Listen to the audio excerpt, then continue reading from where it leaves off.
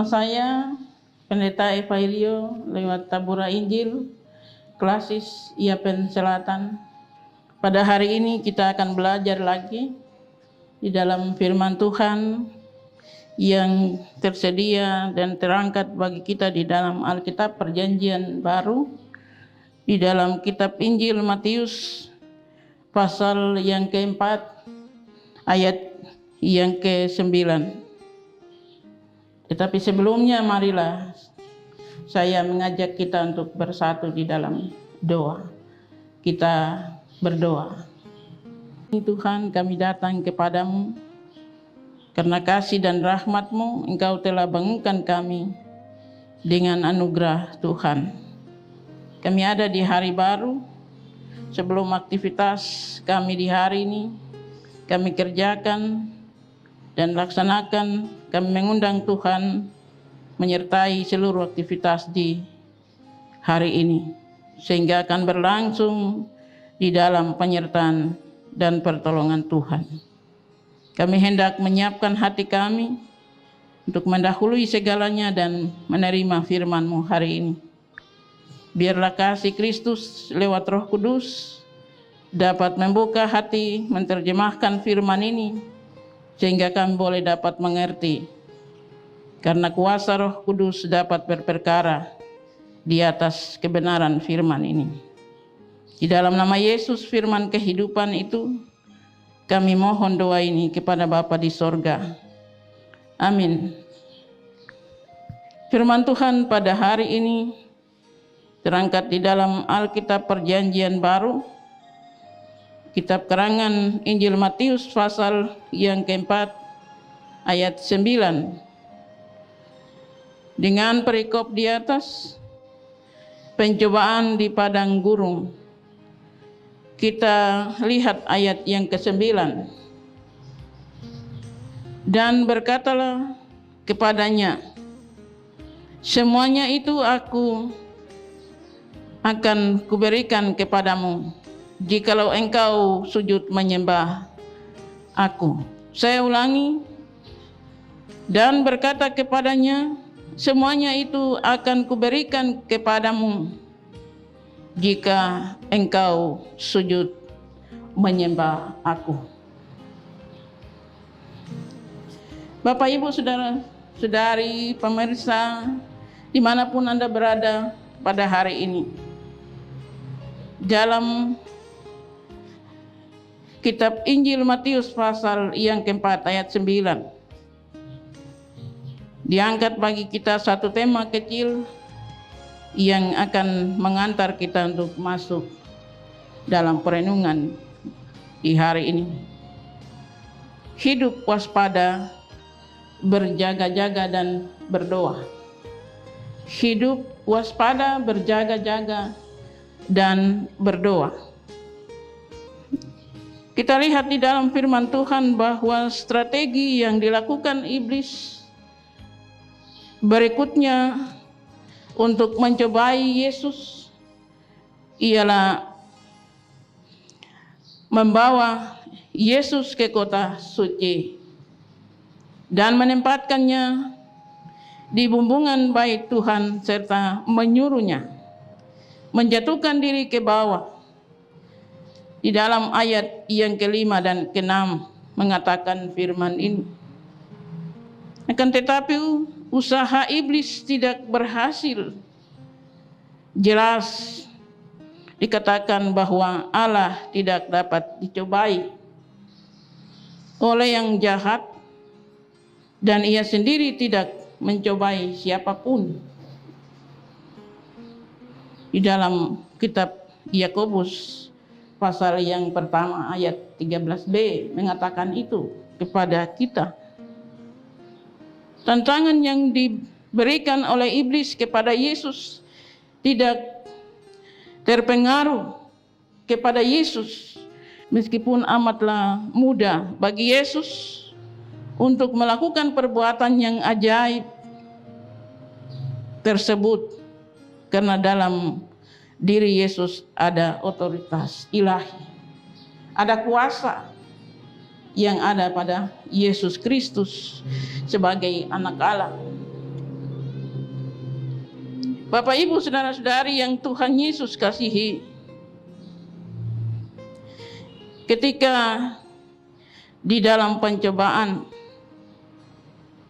iblis terus mencobai Yesus di dalam segala hal. Kita lihat ada 3 strategi. Yang pertama, Yesus dicobai. Iblis berkata kepada Yesus, ubahlah batu itu menjadi roti untuk bisa dimakan.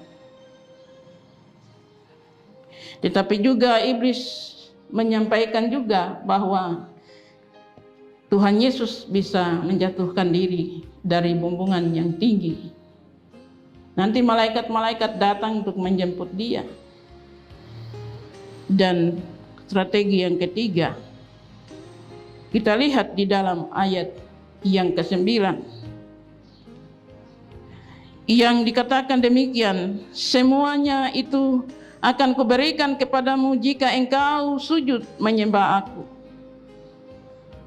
Itu hal yang ketiga yang disampaikan oleh iblis kepada Yesus setelah Yesus Kristus berpuasa 40 hari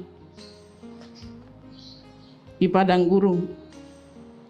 Bapak Ibu, saudara-saudari dimanapun Anda berada, 3 bagian yang dipakai oleh iblis, sedikit pun Yesus tidak rebah, tidak jatuh, karena dia adalah anak Allah yang menciptakan semua manusia dan segala isinya. Bapak Ibu saudara-saudari yang Tuhan Yesus kasihi, kalaupun itu disampaikan oleh iblis, pasti Tuhan Yesus akan membuatnya. Tetapi dia tidak tunduk sedikit pun kepada iblis, karena iblis tidak punya kuasa apa-apa kecuali Tuhan yang adalah anak Allah yang mempunyai otoritas kuasa di surga dan di dunia. Sehingga di dalam firman Tuhan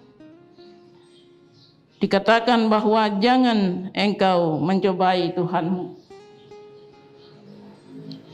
karena dia adalah Allah yang berkuasa.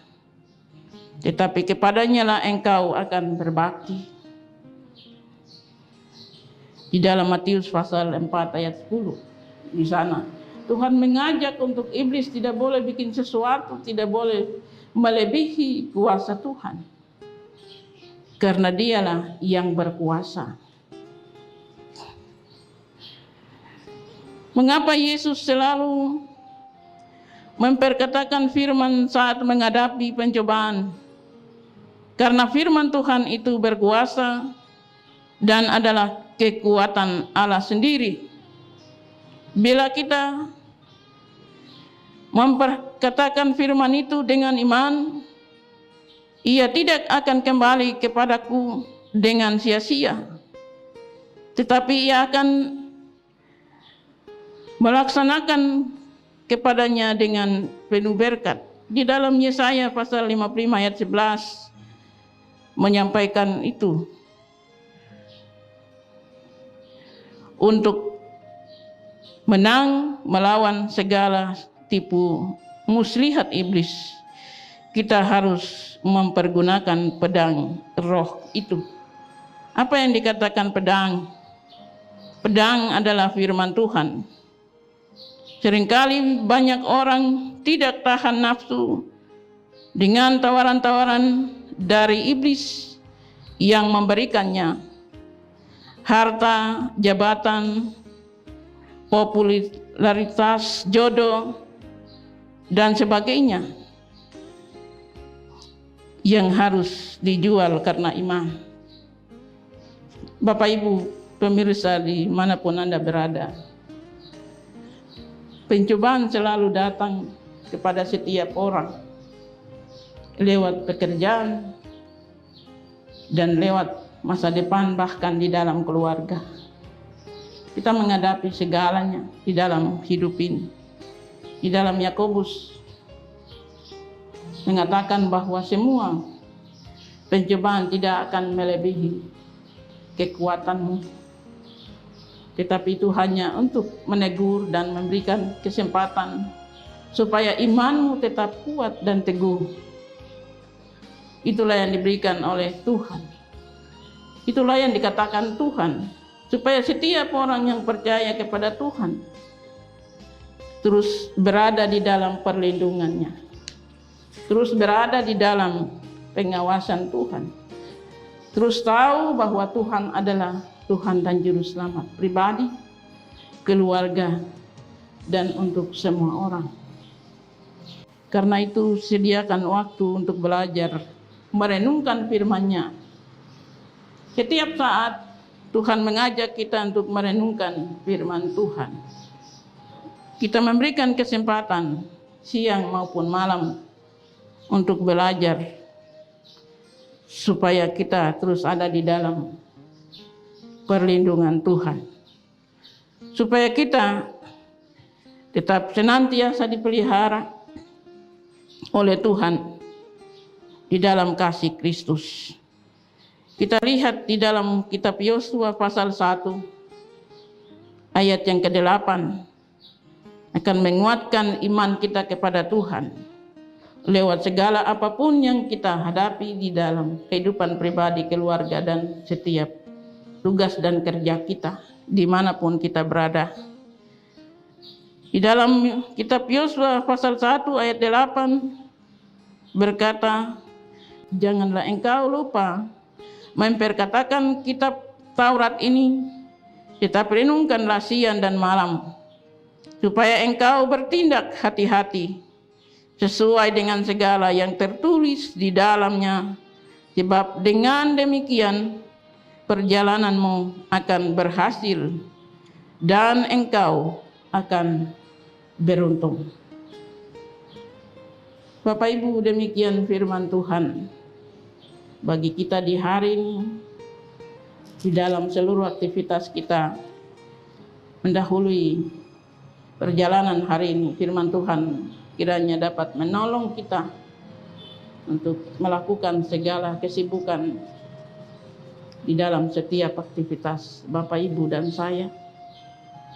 Tuhan akan menolong kita untuk selalu ada di dalam pemeliharaannya, dari hari ini, besok, dan untuk seterusnya. Amin. Mari saya mengajak kita masuk dalam doa. Kita berdoa. Kami bersyukur kepada Tuhan karena masih ada kesempatan yang Tuhan anugerahkan bagi kami. Kami boleh mendengar firman-Mu lewat tabura Injil Klasis Iapen Selatan.